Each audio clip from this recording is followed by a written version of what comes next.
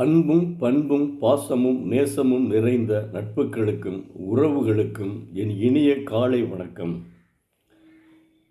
இன்று நாம் முன்னாள் ஜனாதிபதியும் இஸ்ரோ விஞ்ஞானியுமான டாக்டர் ஆ.ப.ஜே. அப்துல் கலாம் அவர்களின் வாழ்க்கை வரலாற்றை படித்து பார்ப்போம்.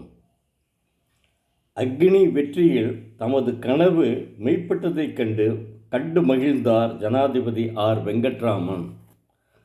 அவர், உங்களுடைய ஆழ்ந்த ஈடுபாடு, கடும் உழைப்பு மற்றும் திறமைக்கு பெருமை சேர்க்கும் புகழ் மாலை இது என்று சிம்லாவில் இருந்து அவர் தந்தி அனுப்பியிருந்தார். இந்த அச்சுறுத்தலில் இருந்து நமது தேசத்தினுடைய பாதுகாப்பையும் ஒற்றுமையையும் கட்டி காப்பது நமது தலையாய கடமை. அந்நிய ஆதிக்கத்தை எதிர்த்து தேச விடுதலைக்காக போராடிய நமது முன்னோர்கள் நம்மிடம் ஒப்படைத்து சென்ற பொறுப்பை நாம் கர்ம சிரத்தையோடு நிறைவேற்ற வேண்டாமா? தொழில்நுட்ப ரீதியில் சுயசார்பு கொண்டவர்களாக நாம் மாறினால் மட்டுமே நமது பாதுகாப்பை நம்மால் பலப்படுத்தி கொண்டு தக்க வைத்து கொள்ள முடியும். அக்கினி ஏவப்பட்டதும் இந்த நிலை மாறிவிட்டது. தன்னை வம்பு சண்டைக்கு இழுத்து போரில் இறங்க வைக்கக்கூடிய எந்த முயற்சியையும் முறியடிக்கக்கூடிய பலம் பெற்றுவிட்டது இந்தியா. இது அக்னியில் பிறந்த சக்தி.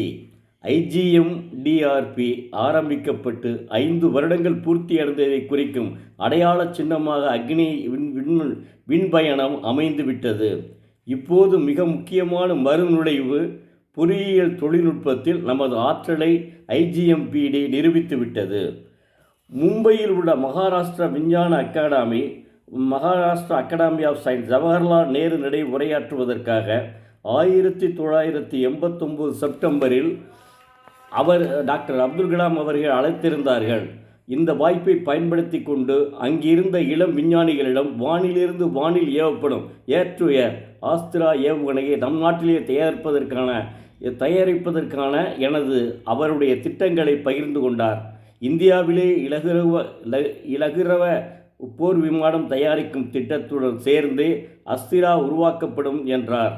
நாக் ஏவுகணை திட்டத்திற்காக உருவாக்கிய அகச்சிவப்பு கதிர்களை அடையாளம் காணும் இமேஜிங் இன்ஃப்ராரெட் IIR தொழில்நுட்பத்திலும், நுட்பமான ராடார் மில்மெட்ரிக் வேவ் கதிர்களை அடையாளம் காணும் தொழில்நுட்பத்திலும் நாம் எட்டிய முன்னேற்றம் பற்றி விவாதித்தார். இந்த ஆற்றலால் சர்வதேச அளவில் நாம் உயர்ந்து விட்டோம். உலக அளவில் ஏவுகணை தொழில்நுட்ப ஆராய்ச்சி மற்றும் வளர்ச்சி நடவடிக்கைகளில் ஈடுபட்டிருக்கும் முன்னணி நாடுகளினுடைய வரிசையில் நாம் இடம் பிடித்து விட்டோம் என்று அவர் மகிழ்ந்தார். 1988 செப்டம்பர் இறுதியில் 2வது தடவையாக பிருத்திவி விண்ணில் செலுத்தப்பட்டது. மீண்டும் இதில் அபார வெற்றியடைந்தார்கள். தரையிலிருந்து தரைக்கு ஏவப்படும் ஏவுகணையில் சர்ஃபேஸ் டு சர்ஃபேஸ் மிசில்ஸ் உலகத்தின் இன்றைய சிறந்த ஏவுகணை பிருத்திவி என்ற நிறுவனமாய் உள்ளது.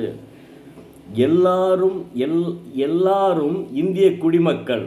மதசார்பற்ற நாட்டில் நாம் வாழ்ந்து கொண்டிருக்கிறோம் என்பதை உணர்ந்து செயல்பட வேண்டும்.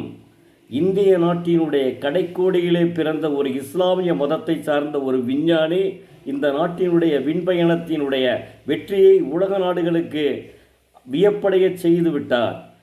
இவற்றையெல்லாம் உணர்ந்துதான் நாம் மதசார்பற்றவர்களாக திகழ வேண்டும். ஒற்றுமை நம்மளிடம் இருக்க வேண்டும்.